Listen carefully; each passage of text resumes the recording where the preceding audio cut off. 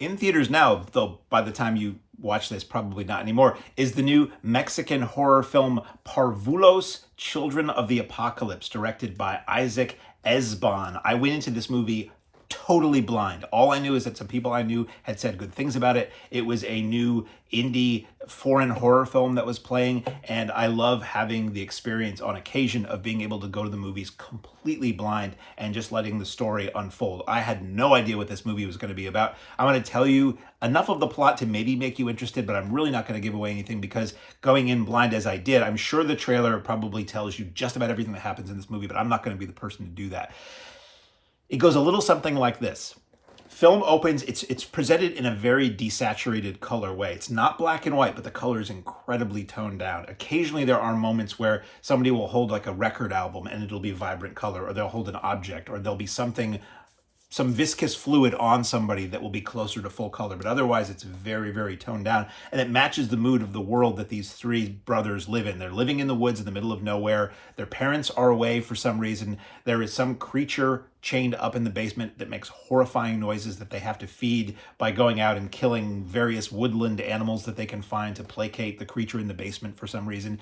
And it's just these three brothers who it's the older brother who has lost a leg for some reason. It's the middle brother who's very studious and attentive, and it's the little brother who's very whimsical and wants to know when mom and dad are going to come home again so that their family can be normal, even though they are very clearly living in post-apocalyptic, very abnormal times.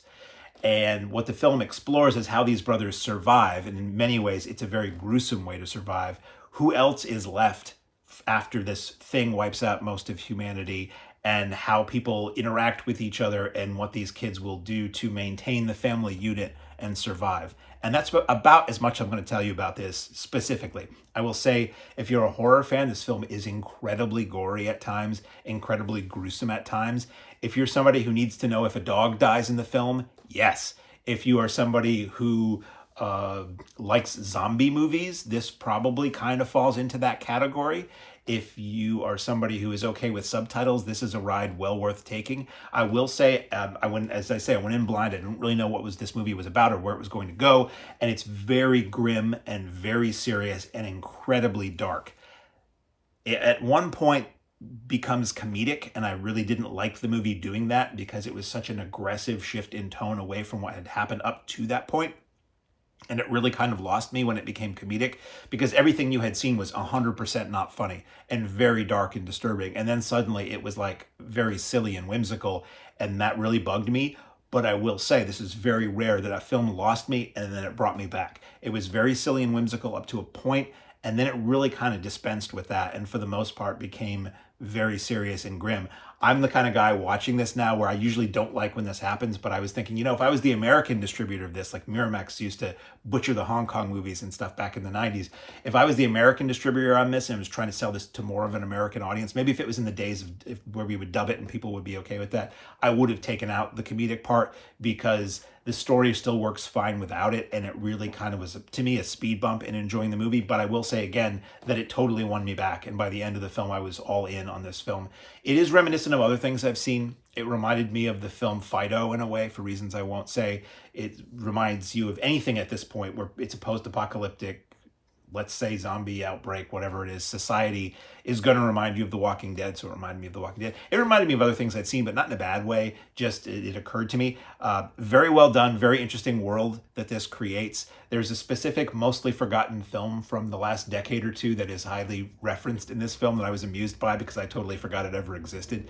It's one of those things where it's a post-apocalyptic world and these people have one movie to watch. And like any kid, like a lot of kids who grew up in the home video era, they're okay with watching the same movie over and over and over again. And people older with them might be sort of like, have you had enough of that yet? So thought it was very good. It runs about 2 hours, so it's not a short film, but I was never really bored during it. It does a lot in those 2 hours, even despite it only really focusing on about 3 characters in a very small geographic area. There are twists that you don't see coming. There are shocking moments that, like, the movie goes there. And I always give a lot of credit to films that cross certain taboos, not because I enjoy seeing those taboos, but because it's like, wow, if this film is willing to do this film is willing to do anything, and it's not going to be predictable. And this movie for the most part, was not very predictable. So if you're oh, and I want to say, there is an incredibly strong performance in this film I wanted to single out. The kids are all good. Everybody in it is good. But Norma Flores as the adult female lead, and that's all I'm going to say, is in a class by herself in this film. It's just, she's very good. It's very good. It's worth seeing. As I said, as I'm recording this, I'm talking about seeing this in a theater.